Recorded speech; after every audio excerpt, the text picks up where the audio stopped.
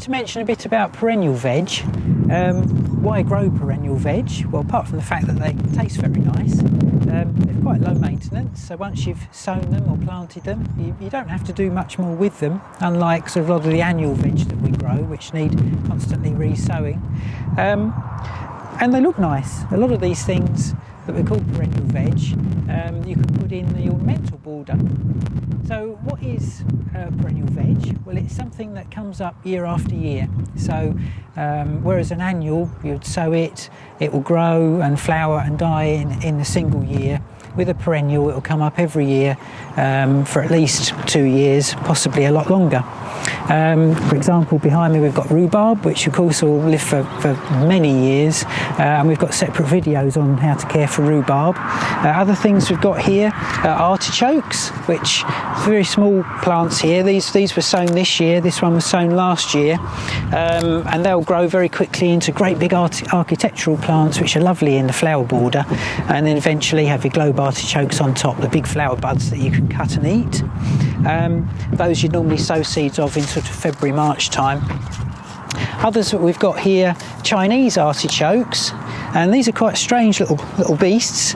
I had these delivered from a seed company about a week, 10 days ago, and just stuck them in this tray just to tide them over until I needed them. And you can see that although they were completely dormant when I got them, they've actually produced roots and shoots now, so very quickly. Funny looking little things, but they multiply very quickly when you plant them. You can either plant them in pots, a nice big pot, probably minimum of 6-inch pot, bigger if you can, and plant 2 or 3 into a 6-inch pot and just let them grow and multiply. Or you can plant them out on the plot, in which case you'd plant them about 3 inches deep and about 10 inches apart in rows, and you just leave them to grow. As you can see, grow very quickly. They do like moisture, these Chinese artichokes, so you need to keep them well watered through the summer, and also once they're through you need to mulch them, so plenty of old garden compost, well rotted manure, old compost from pots, anything like that, just to keep the moisture in. They're quite slow growing, so you'd plant them earlier on in the year, so we're talking sort of about May time, May-June time. Get them planted, and then you won't be harvesting them until September.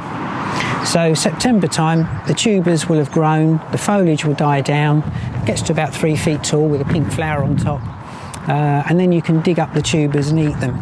Got a sort of nutty flavour, very nice, although not that easy to clean. Leave a few in the ground and they'll overwinter. This is where the perennial bit comes in.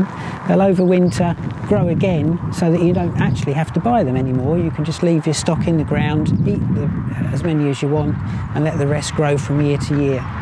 So that's Chinese artichokes, and say you can get those from some of the specialist seed companies. And also there are Jerusalem artichokes, which different beast, but again you'd plant those in the ground earlier in the year. They multiply in the soil, you dig them up at the end of the year, leave a few in, and they'll grow from year to year. So you only have to, in effect, really plant them once.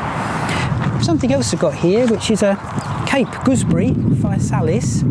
Now this is obviously pot grown, but this has been in a greenhouse over winter. And what you'll find is that you sow them early in the year again, or around about springtime, and they'll come up and they'll grow all year. You'll get some fruit from them in their first season. If you sow them early enough, if you sow them really early in the year, sort of February, March time, then you're guaranteed some fruit, but they need quite a long growing season. So I find that if you harvest what you get in the first year, just a little crop, keep them over winter. This has been in an unheated greenhouse. Well, I say unheated, it's frost-free, but it's just frost-free. So it's survived quite well without very much heat at all, just kept the frost off. Very cold nights, put a little bit of fleece over the top. But what you'll find is by the autumn, all the old top growth will start to look a little bit past it poorly and start to die off. You can chop all that off and you'll get loads of new shoots around the bottom, and all these will produce quite a nice heavy crop for us by summertime. Some of the shoots have got a bit long, so I'm just going to trim those off just to even it up a little bit, and just let the rest catch up and grow, and you'll have a nice crop off of there, if you like, Physalis and Cape Gooseberry. gooseberries with your ice cream in the summer. So there's some examples of perennial veg.